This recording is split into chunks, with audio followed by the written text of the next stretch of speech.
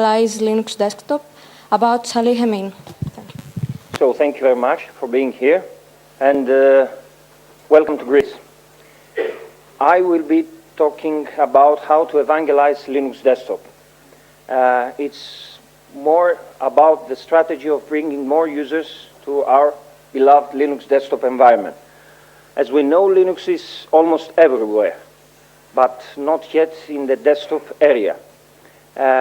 Big corporations have managed to get the most of the market share on servers, supercomputers, mobiles, but we as community have been striving for years to get a little more market share in the desktop area.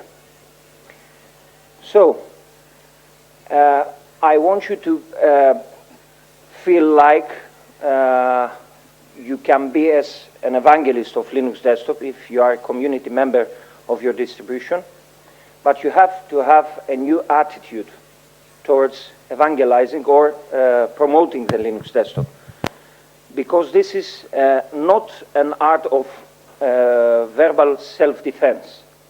It's not about going to the forums or various blogs when somebody bashes Linux Desktop and we are going there to defend Linux Desktop environment. It's not about that. This is an approach we deal with take no prisoners approach to marketing the Linux Desktop environment. We have to have some strategy to bring the common users, the average Joe, to the Linux Desktop environment. So what is an ex-evangelist? Where X you can put anything.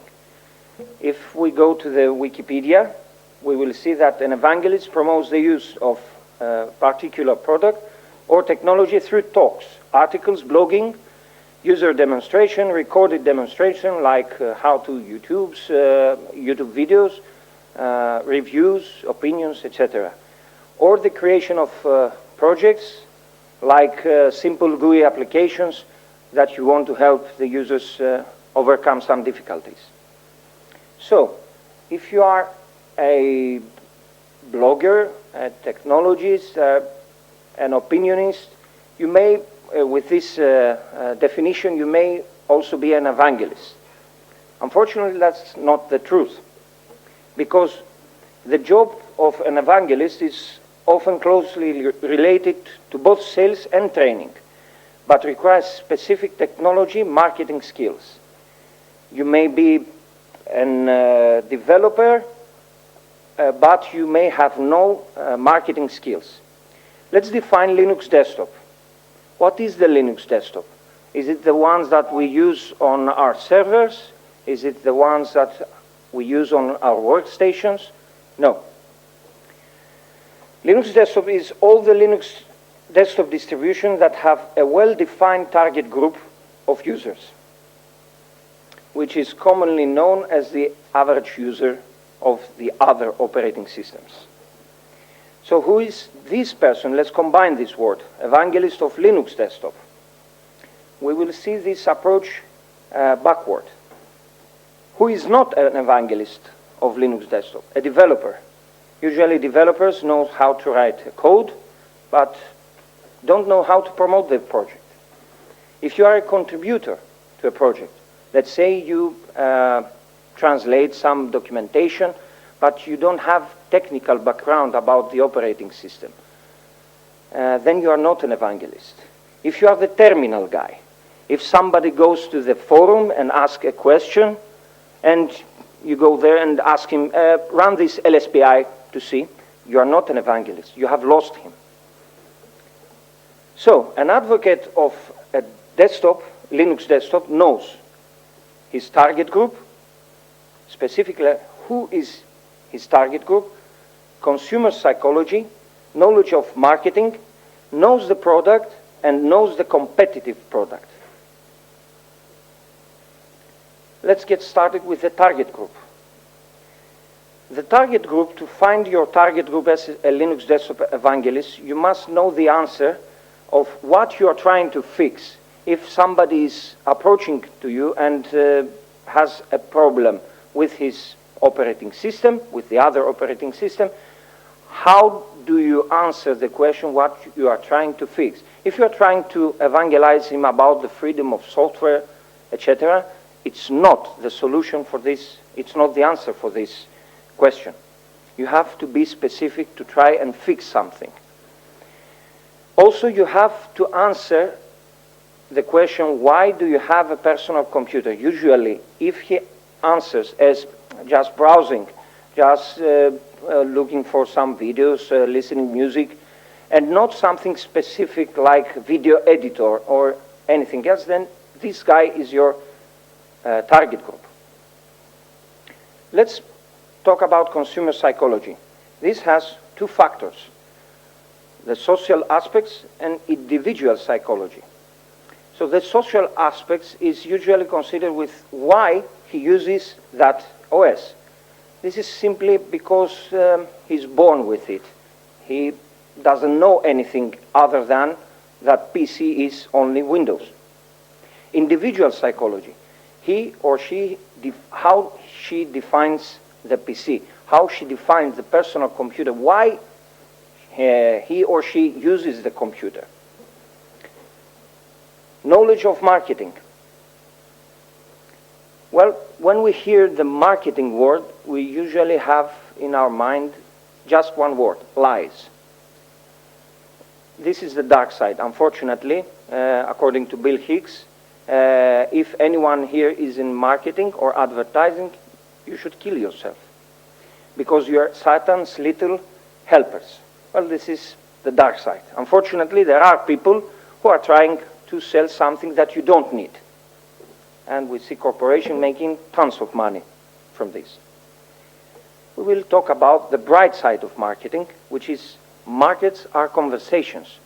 We usually trying to market our Linux operating system through forums, through evangelizing how beautiful it is, how it works, how community works, how we share our knowledge. This is what an evangelist of Linux desktops is all about. But you have to consider some crucial things, as everything you do as an advocate affects Linux desktop adoption by the potential users. If you think that wrong answer or bashing a newcomer makes you feel better, then you should know that he will not come back, and also he will say that the Linux desktop doesn't work generally. That's why you should think twice before you talk. It's not about your distribution, it's not about your project, it's the overall Linux desktop adoption. So as an evangelist, you should see always the big picture.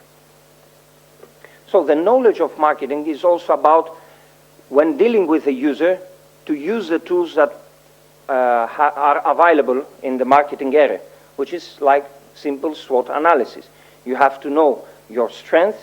Well, we usually do know our strengths as a Linux operating system, but we usually hide our weaknesses. We have weaknesses and we have to acknowledge that. We have to see our opportunities, why we should promote the Linux user, the Linux desktop to the specific user. What are we trying to accomplish? And the threats. What are the obstacles of these users using his operating system and not adopting Linux? You should know as an evangelist both products. What I mean by my experience, you should be dog fooding. You should have at least 2 to 3 years minimum use of both operating system, or 3 operating system using Mac, Linux, or Windows. You should have technical knowledge about both products, and you should know how to troubleshooting them both. If you are using a Linux operating system for more than 20 years and you have no idea about the technology background of other operating systems, then you have doing something wrong. You should and be able to apply SWOT on both sides, on both products. What are the strengths and weaknesses of the other product? Let's talk about some quotes. Art of war. which is usually a book pretty popular on the marketing area. Lesson 0. The supreme art of war is to subdue the enemy without fighting, which means that the most effective marketing doesn't even feel like marketing or evangelizing to the consumer. If you approach a user and the user feels that you are trying to push him use your operating system, you have lost him.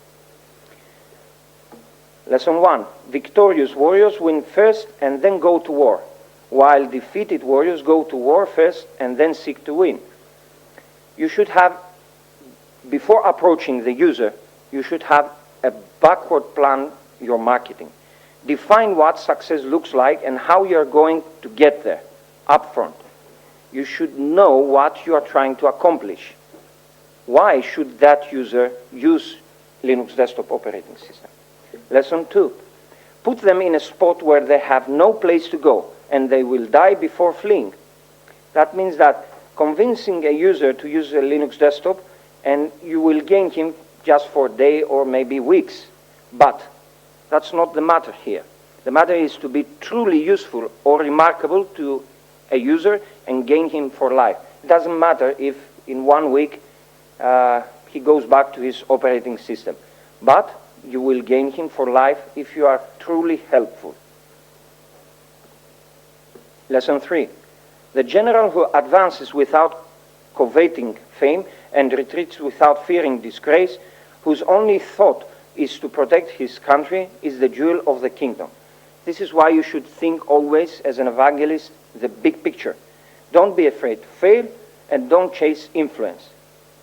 We will always fail when promoting Linux desktop. But evangelizing that is truly helpful to users is appreciated by them and positively impacts the Linux desktop adoption in perpetuity. How to guide a newcomer. This is something that most people are confused. You should keep it simple. Simplicity is what matters here. You should use direct mail contact, or chat, or phone. Be available on the phone. If it is your friend, your colleague, you should be available for him. Use their favorite communication methods. Don't push him to use something that he doesn't know. Don't push him to use chat rooms that are not known for him. Use his communication methods. As an evangelist, if you know the other products, if you know the proprietary protocols, you should use them. Don't say him just Google it. Don't say him RTFM or search that forum for the solution. Here's the link, or go to the IRC. Do that for him for the first time. Do that. Don't use any philosophical aspect of Libre software yet. It doesn't matter. He doesn't know about it. He's from another background. In time, he will understand, he will ask questions, then you can evangelize him about the beauty of Libre software. Stick with the plan. Try to stick with the solution of the problem. The whole secret is peer-to-peer communication. Don't put anything between you and him. Speak to him directly, as I said before, with mail, with chat, or with phone. So, which Linux distribution should you evangelize? Any ideas? No? Why am I here? It's a tricky question, huh? Yeah? I think that the distributor you are good. Yes, that's the truth. Remember dog fooding? Use what you really know. It doesn't matter. It may be an Arch Linux. Doesn't matter for the user, because you will install it. You will pre-configure it. It doesn't matter, because you will give him support about that. Also, you should know 3 alternatives ones. Also, how to use it, how to troubleshoot it. Why? Because there's no one-size-fits-all. Every user has his needs. So, some simple rules. Go with the default settings when you choose your distribution. Respect the brand. Respect what the distribution community has done for the overall experience of the user. Don't go and change your icons, put your favorite wallpaper, or change the theme. Keep it simple, keep it the default settings. Cut down the choices for the end user. Choices is something that he doesn't know yet. We know that. We love choices, we love customizability, we love everything about freedom. He doesn't know it. Don't bash him with 3 desktop environments and tell him, you can choose what. No, show him what he should use for the first time. Show him what you use daily, in daily matter. And you should also consider that not every Libre software is for everyone. That's the same rule goes for non-Libre software. Because we think always that specific software can solve his problem, can fix his problem. That doesn't really the case always. Some readings. Art of War. But I couldn't put a book here because there are tons of books. This is from Qianlong Emperor's time. It's on bamboo. Don't try to find it. Okay, there are tons of books printed electronically, etc. Also, Arthur Schopenhauer, How to Be Always Right. You need this. It's a good and fun book. Also, Linux on Desktop, Lessons from Mainstream Business Adoption. This is a quick white paper. It's not long. It's a good one. It's a survey that has been done with the help of IBM. And it talks about how mainstream big corporations have done it, so we can apply it on Linux on desktop. So, any questions?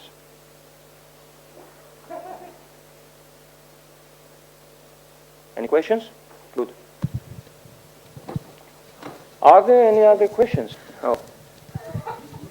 Yeah. Thank you. Seriously.